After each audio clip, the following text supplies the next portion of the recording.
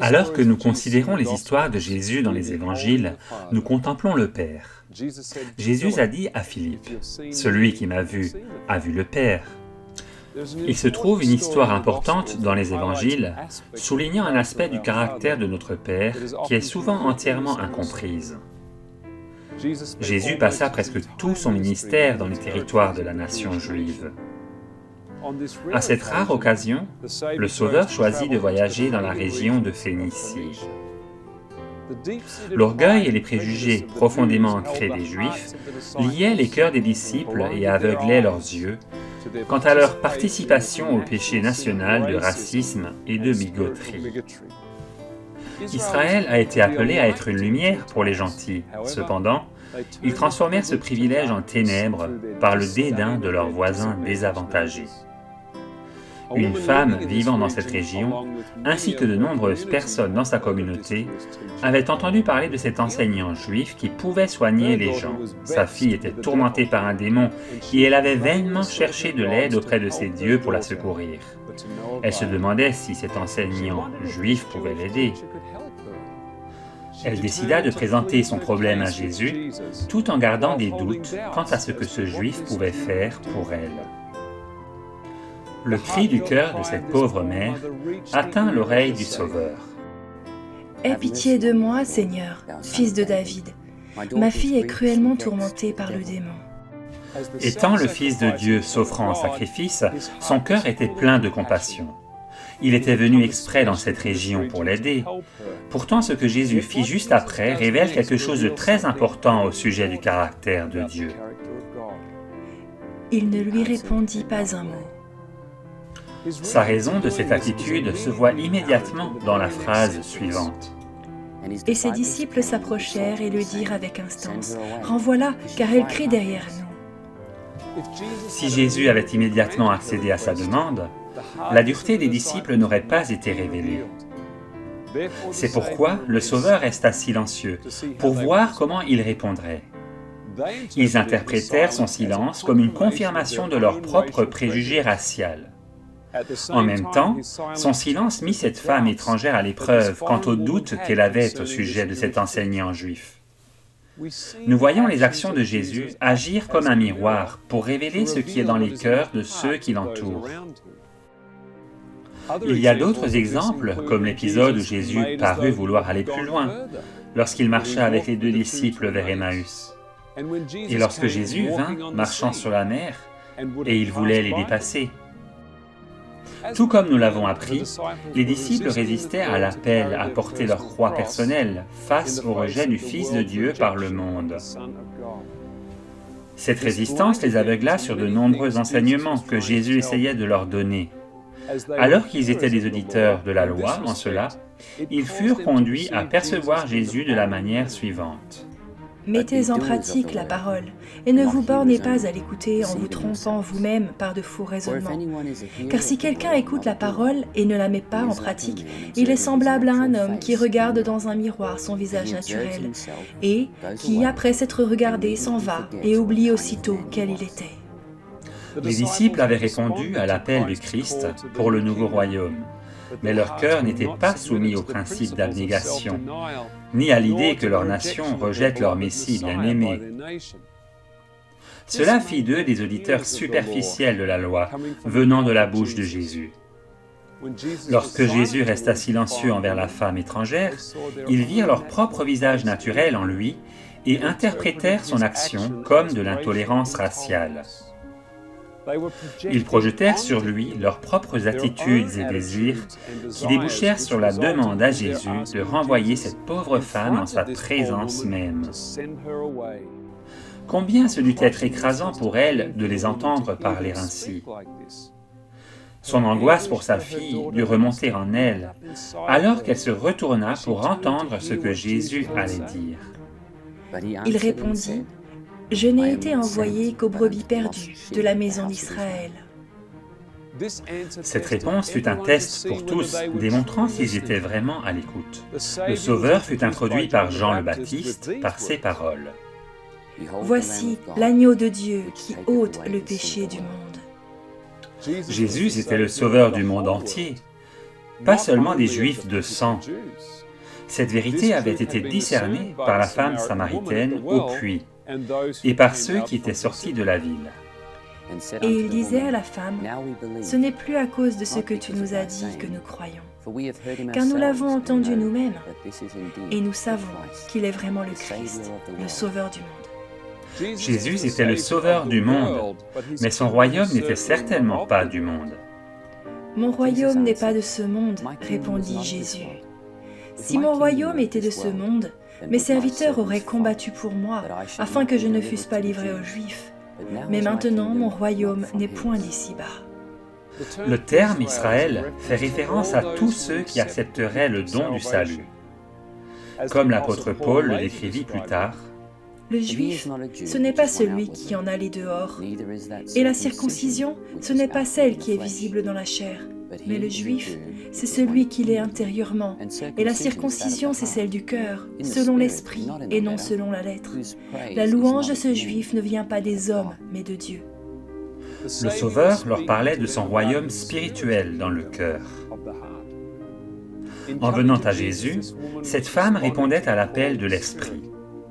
Elle révéla qu'elle était, en effet, de la maison d'Israël. Pas l'Israël de la chair, mais l'Israël de l'Esprit.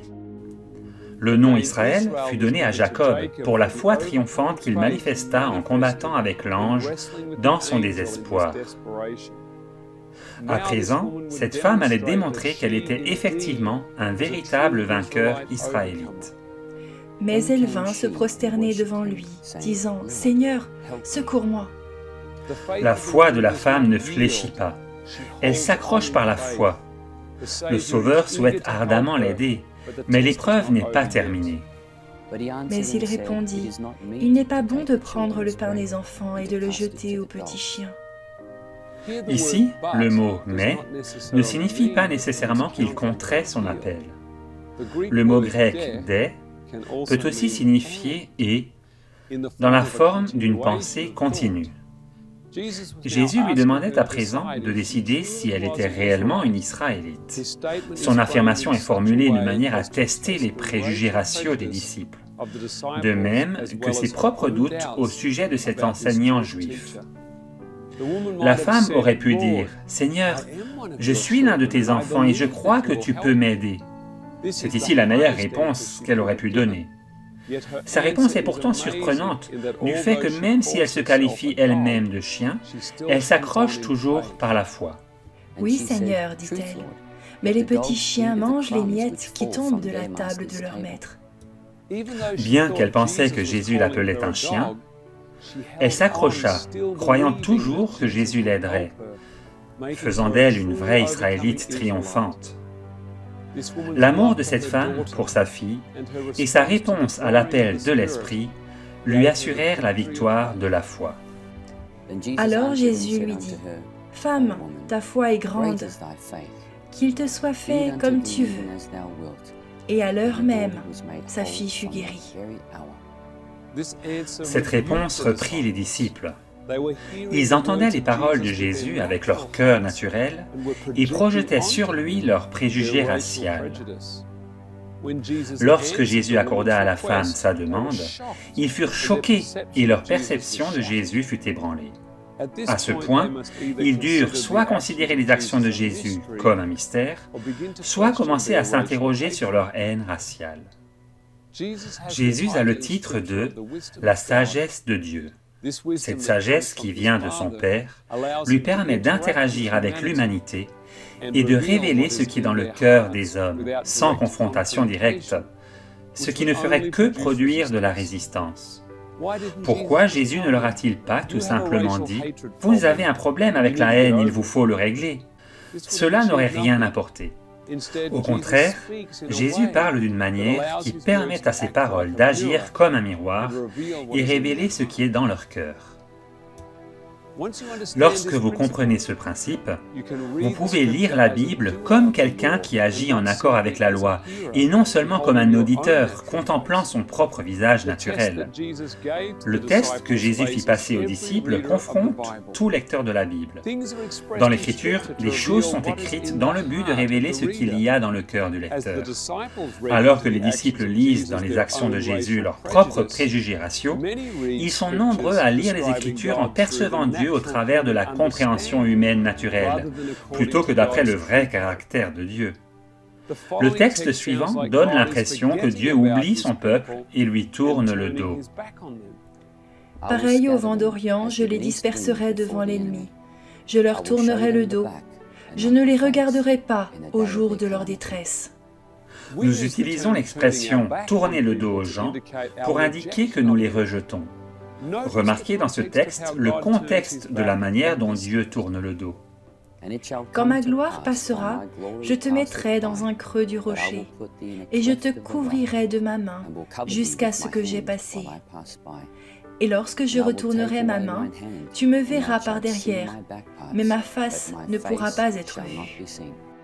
Dans ce contexte, Dieu montre son dos pour protéger Moïse de la gloire complète de son caractère. L'amour de Dieu pour ses enfants est si grand, si désintéressé et si attentif que lorsqu'un pécheur voit entièrement cet amour, cela crée instantanément un sentiment écrasant de condamnation personnelle et de culpabilité. Cependant mon peuple m'a oublié. Il offre de l'encens à des idoles. Il a été conduit à chanceler dans ses voies, à quitter les anciens sentiers pour suivre des sentiers, des chemins non frayés. Israël avait oublié le Seigneur et s'était dirigé dans d'autres sentiers. Le Seigneur cacha sa gloire et tourna son dos afin qu'il ne soit pas complètement détruit. Il tourna aussi son dos afin qu'il ne visse pas sa souffrance et sa peine alors que ses enfants récoltèrent ce qu'ils avaient semé. J'ai livré mon dos à ceux qui me frappaient. Les actions d'Israël faisaient souffrir notre Sauveur. Leur idolâtrie le blessa profondément. Dans toute leur détresse, il fut affligé. Il les a soutenus et portés aux anciens jours. Ainsi, il livra son dos à leur cou. On peut comprendre cette phrase comme disant que le Seigneur est blessé pour les transgressions de son peuple alors qu'il le rejette. Et aussi la protection de son peuple de la gloire entière de son caractère, afin qu'ils ne soient pas entièrement anéantis par leur culpabilité. Le cœur naturel lira le texte comme voulant dire que Dieu rejette simplement son peuple, parce que c'est exactement ainsi qu'un être humain réagirait naturellement. Et lorsque nous lisons la Bible, c'est là ce que nous comprenons. Heureusement, les pensées de Dieu ne sont pas nos pensées. Donnons un autre exemple de la manière dont la parole de Dieu agit comme un miroir pour l'âme. Dans Nombre 13, nous lisons « L'Éternel parla à Moïse et dit, « Envoie des hommes pour explorer le pays de Canaan que je donne aux enfants d'Israël. Tu enverras un homme de chacune des tribus de leur père, tous seront des principaux d'entre eux. » Pourtant, nous lisons dans Deutéronome 1, verset 22, « Voici l'Éternel ton Dieu met le pays devant toi. Monte, prends-en possession, comme te l'a dit l'Éternel, le Dieu de tes pères. Ne crains point et ne t'effraie point. Vous vous approchâtes tous de moi, et vous dites, « Envoyons des hommes devant nous pour explorer le pays, et pour nous faire un rapport sur le chemin par lequel nous y monterons, et sur les villes où nous arriverons. » Cet avis me parut bon, et je pris 12 hommes parmi vous, un homme par tribu. Le passage dans Nombre 13 ne pourvoit pas au contexte complet de ce qui a lieu. Il présente simplement le commandement de Dieu d'espionner le pays. Les deux passages présentés ainsi dans l'Écriture soumettent le lecteur à un petit test. Si le lecteur garde dans son cœur un désir de discréditer la Bible, ces deux textes peuvent être mis côte à côte et utilisés pour prouver que la Bible se contredit. Les contradictions qui existent dans le lecteur sont projetées sur la Bible. L'observateur de la loi verrait rapidement que le commandement de monter et de prendre possession du pays signifiait qu'il n'était pas nécessaire d'espionner le pays et que la demande d'espionner révélait un manque de foi. Dieu répond à la demande avec un commandement en accord avec leurs désirs. Le rapport rempli de crainte de la majorité des espions révèle le manque de foi existant dans leur cœur, manque de foi qui avait motivé la demande d'espionner le pays. Ainsi, la Bible est écrite de telle manière qu'une personne vivant en contradiction avec elle pourra la lire et trouver les contradictions qu'elle recherche pour soutenir ses affirmations. L'observateur de la loi avance par la foi. Il cherche à résoudre le conflit apparent et à harmoniser les Écritures. Considérons l'histoire de David lorsqu'il recense Israël. La colère de l'Éternel s'enflamma de nouveau contre Israël, et il excita David contre eux, en disant « Va, fais le dénombrement d'Israël et de Juda. » Comparez maintenant cela avec 1 Chroniques 21, verset 1. Satan se leva contre Israël, et il excita David à faire le dénombrement d'Israël. Une lecture superficielle nous donne une fois de plus l'impression d'une contradiction. Cela ressemble à l'épisode où Jésus avait été présenté comme le sauveur du monde, puis dit à la femme « Je n'ai été envoyé qu'aux brebis perdues de la maison d'Israël. » Nous sommes testés lorsque nous lisons ces passages. Dans une prochaine présentation, nous étudierons plus en détail le sujet de la colère de Dieu. Pour le moment, nous allons simplement nous focaliser sur les mots hébreux à la lumière de la vie de Jésus-Christ. Ce dénombrement d'Israël a eu pour conséquence la mort de 70 000 hommes. L'Éternel envoya la peste en Israël, depuis le matin jusqu'au temps fixé. Et de Dan à Beersheba, il mourut 70 000 hommes parmi le peuple. Certaines traductions suggèrent que Dieu était tellement en colère contre Israël qu'il trouva un prétexte pour éliminer des milliers de gens. La colère de l'Éternel s'enflamma de nouveau contre Israël, et il excita David contre eux, en disant « Va, fais le dénombrement d'Israël et de Juda. » Lorsque nous lisons que la colère de Dieu s'enflamma contre Israël, quelle image cela forme-t-il dans votre esprit? Imaginons-nous quelqu'un avec un visage rouge, faisant des va-et-vient et prêt à exploser de rage? Est-il possible que les traducteurs lisaient les mots hébreux d'après leur compréhension naturelle? Ce qui est étonnant quant à la variation de signification des mots hébreux, c'est que le lecteur ou le traducteur détermine lui-même la variante. Pour certains mots, l'écart de sens changera significativement le sens de ce qui est lu.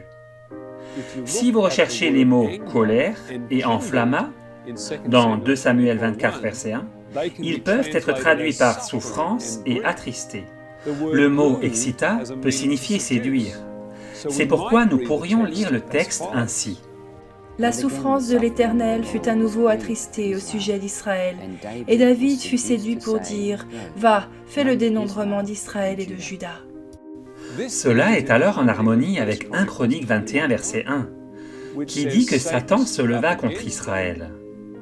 Pourquoi David fut-il séduit? C'est parce qu'Israël avait attristé et éloigné l'Esprit de Dieu. La colère de Dieu est décrite dans la Bible comme permettant aux mauvais anges d'avoir plus de contrôle. Il lança contre eux son ardente colère, la fureur, la rage et la détresse, une troupe de messagers de malheur. Encore une fois, le mot « lancer » peut être traduit par « lâcher ». La colère de Dieu est définie comme permettant finalement à son peuple de le repousser, ce qui permet à Satan de se lever et de prendre le contrôle de la situation. Notre précieux Père aime ses enfants, et notre Sauveur est notre berger, qui ne se lasse pas de prendre soin de ses moutons.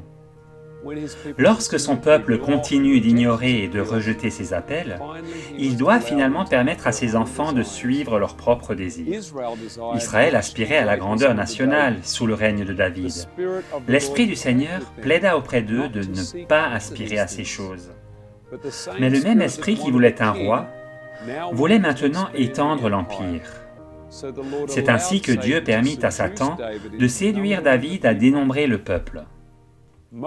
La plupart des traducteurs de la Bible choisissent d'interpréter le mot hébreu « af » par « colère » dans 2 Samuel 24, verset 1, alors que dans Exode 34, verset 6, ce même mot relié au mot « longanimité » est traduit ainsi.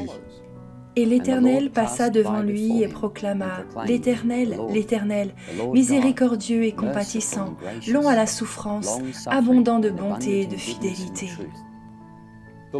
Le Seigneur a permis à ce mot hébreu « aph » d'agir comme un miroir pour l'âme.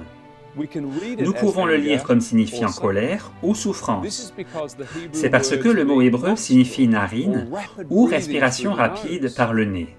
La respiration rapide peut venir de la colère ou d'une peine extrême. Lorsque Jésus dit aux disciples qu'ils devaient beaucoup souffrir entre les mains des chefs, ils ne voulaient pas l'entendre. Ainsi, nous voyons dans de nombreux endroits que les gens préfèrent penser à Dieu comme étant en colère contre ceux qui pêchent contre lui, plutôt que de le voir comme un Père souffrant et au cœur brisé. S'ils se permettaient de voir cela, ils auraient la conviction profonde d'arrêter de faire souffrir notre Père. Le fait de le voir en colère permet à de nombreuses personnes de justifier leurs péchés. Tout comme les disciples interprétèrent le silence de Jésus comme de l'intolérance raciale, de nombreux traducteurs et donc des lecteurs projettent leurs propres sentiments quant à l'injustice dans le caractère de Dieu. Il y a ici une leçon importante pour les lecteurs de la Bible. Si vous êtes certain que la mission de Jésus sur la terre est la révélation du Père, et si vous comprenez les souffrances de Christ au travers du rejet quotidien qu'il expérimente par la race humaine, alors vous vous accrocherez par la foi comme la femme syrophénicienne, croyant qu'il est vraiment miséricordieux, même lorsqu'il semble qu'il ne l'est pas. C'est ici la loi qui agit comme un miroir sur nos âmes, pour faire ressortir ce qu'il y a dans nos cœurs, afin que nous puissions nous repentir de projeter nos désirs et nos inclinations sur Christ et son Père. Qu'il te soit fait comme tu veux.